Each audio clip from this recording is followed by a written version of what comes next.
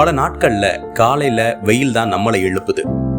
ஆனா அவங்க அதிகாலை 4 மணிக்கே நம்மளை சுத்தி உழைக்க தொடங்கிடுறாங்க. நம்மளோட தெருக்களையும் நாம பயன்படுத்தும் கழிவுகளையும் குப்பைகளையும் அங்கிருந்து அப்புறப்படுத்தி வாழ தகுதியான நகரமா அவங்க தான் மாத்துறாங்க. பண்டிகை நேரம், விடுமுறை நேரம், புயல், மழைன்னு எதுவா இருந்தாலும் அவங்க எதுக்காகவும் நிக்க மாட்டாங்க. அவங்க நம்ம தூய்மை பணியாளர்கள்.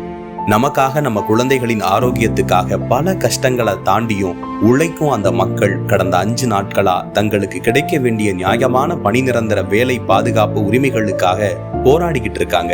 எங்க வேலை எங்களுக்கு கூட, நான் எங்களை பர்மனெண்ட் பண்ண தேவையில்ல, எங்க வேலை எங்களுக்கு கொடுங்க, நாங்க கஷ்டப்படுறோம், நாங்க வரதா போயிடல, அங்க இங்க குப்பை சேரு பூவு அதுல இதுல வரணும், எங்க பாவத்தை எடுத்து கொட்டிக்கிறீங்களே நியாயமா? நீங்க நல்லா இருப்பீங்க, உங்க குடும்பம் மட்டும் வாழணுமா?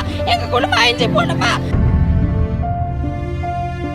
தூய்மை பணியாளர்களோட வேலையை நிரந்தரமாக்குவோம், ஊதியத்தை உயர்த்தி தருவோம், பணி பாதுகாப்புகளை நாங்க பண்ணி தருவோம்னு தேர்தல் வாக்குறுதியும் வாய்மொழி உத்தரவும் தான் தந்தாரு முதல்வர் ஸ்டாலின்.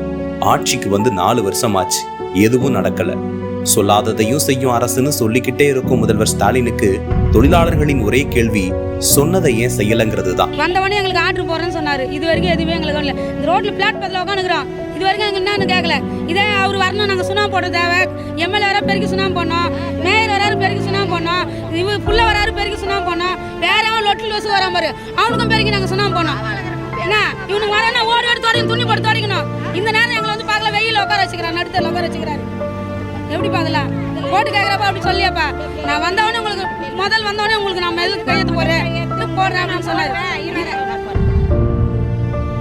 எல்லோருக்கும் எல்லாம்னு அதுல இவங்களுக்கு மட்டும் இடம் இல்லையா? ஆளும் அரசோட பார்வை 5 நாளா டென்ட் போட்டு அங்கேயே குடியிருந்து போராடும் மக்களோட கோரிக்கை முதல்வர் பார்வைக்கே படவில்லையா? மன்னரோட மனநிலையில இருக்கும் ஆட்சியாளர்களுக்கு மக்கள் வழி எப்படி புரியும்?